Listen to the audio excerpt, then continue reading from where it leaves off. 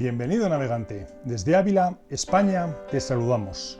Y hoy vamos a tratar la camisa de vestir, es decir, aquella que se lleva siempre debajo de un saco o americana, ya sea de traje o terno o ya sea de vestimenta semiformal, pero nunca con la vestimenta formal, o por lo menos casi nunca salvo que se quiere ser transgresor. Bien, para empezar la primera norma para lucir esta camisa es esa misma, que debe ser un fondo, no tiene que ser llamativa. Por supuesto, la podemos llevar de fantasía, la podemos llevar de rayas, la podemos llevar de cuadros, la podemos llevar lisa y por supuesto también la podemos llevar rosa, la podemos llevar azul, la podemos llevar blanca, la podemos llevar con rayas azules y blancas, etcétera, etcétera, etcétera, etcétera. Pero siempre manteniendo esa norma de que debe ser discreta. No tienen sus rayas o sus cuadros, no tienen que ser llamativos. ¿Por qué motivo? Porque, quizá y esto se nos olvidó cuando hicimos el vídeo sobre la corbata, la prenda llamativa de los hombres cuando vamos en vestimenta formal o semiformal es esta, no la camisa.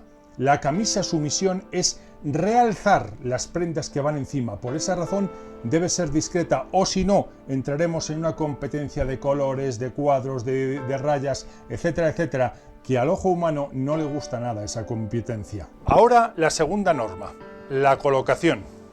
Bien, la colocación de una camisa, ya sea de puño doble o francés, ya sea de puño sencillo, tiene que ser lo primero.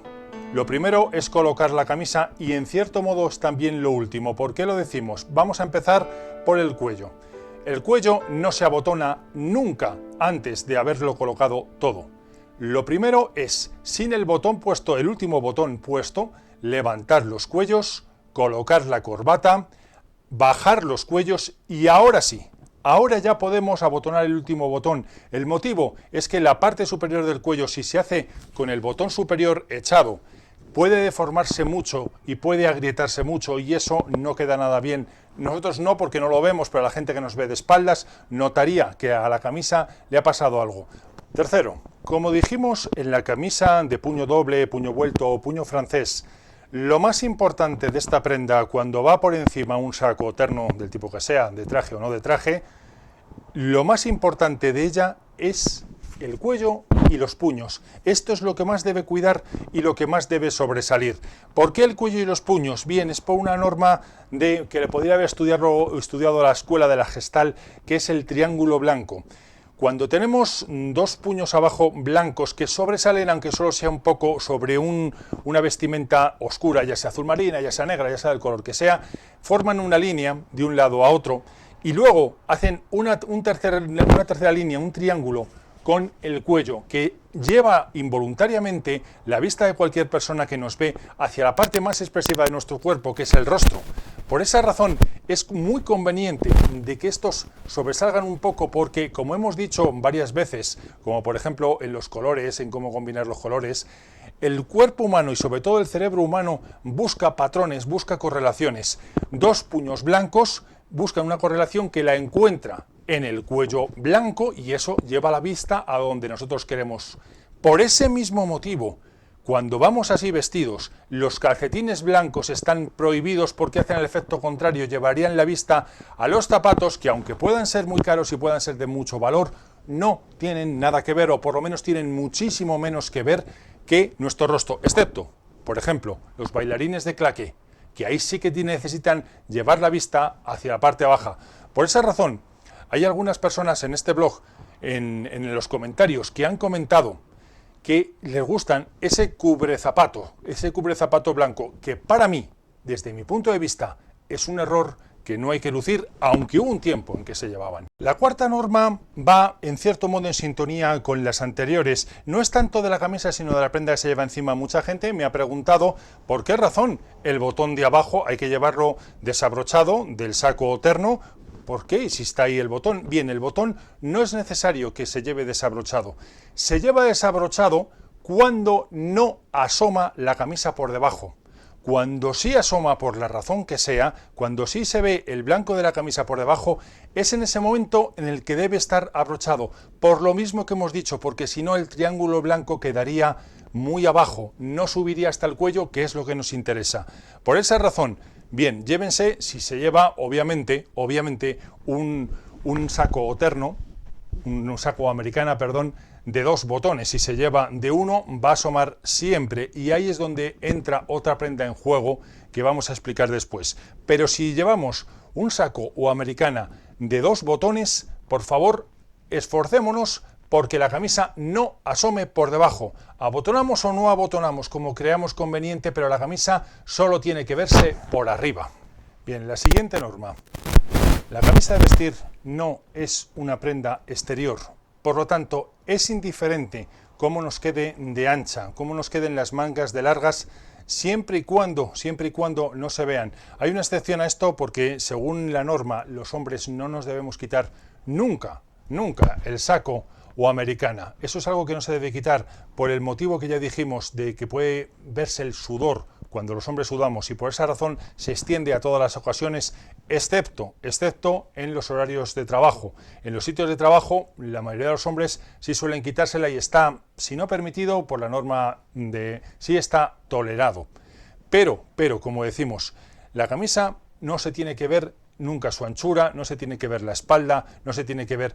Por ese motivo la camisa no tiene que ser algo apretado, algo ajustado. Hay gente que le gusta llevar camisas entalladas, lo que ahora se llamaría el slim fit. Es válido, pero no tiene que ser una preocupación, porque como decimos, no se tendría que ver salvo en ambientes laborales. Eso no quiere decir que nos quede una camisa enorme, y mucho menos de las mangas. Las mangas hay que cuidarlas mucho. Bien, y ahora viene la gran pregunta: ¿cómo de largas deben ser las mangas? ¿Cuánto deben sobresalir las mangas? Bien, en principio esa, como vamos a ver ahora, es una pregunta más bien para el saco terno que para la propia camisa, porque la camisa tiene que pararse en una parte determinada de la mano. En el hueso, cuando toca el hueso, el metacarpiano, si no estoy mal informado, ahí debe parar la camisa. La camisa no debe pasar de ahí y tampoco quedarse por detrás. Ese es el punto justo que tiene que cubrir la camisa. Y por lo tanto, el saco terno tiene que adaptarse a este largo. Bien, ¿y cuál es el largo correcto? ¿Es así? ¿Es así? ¿Es un intermedio?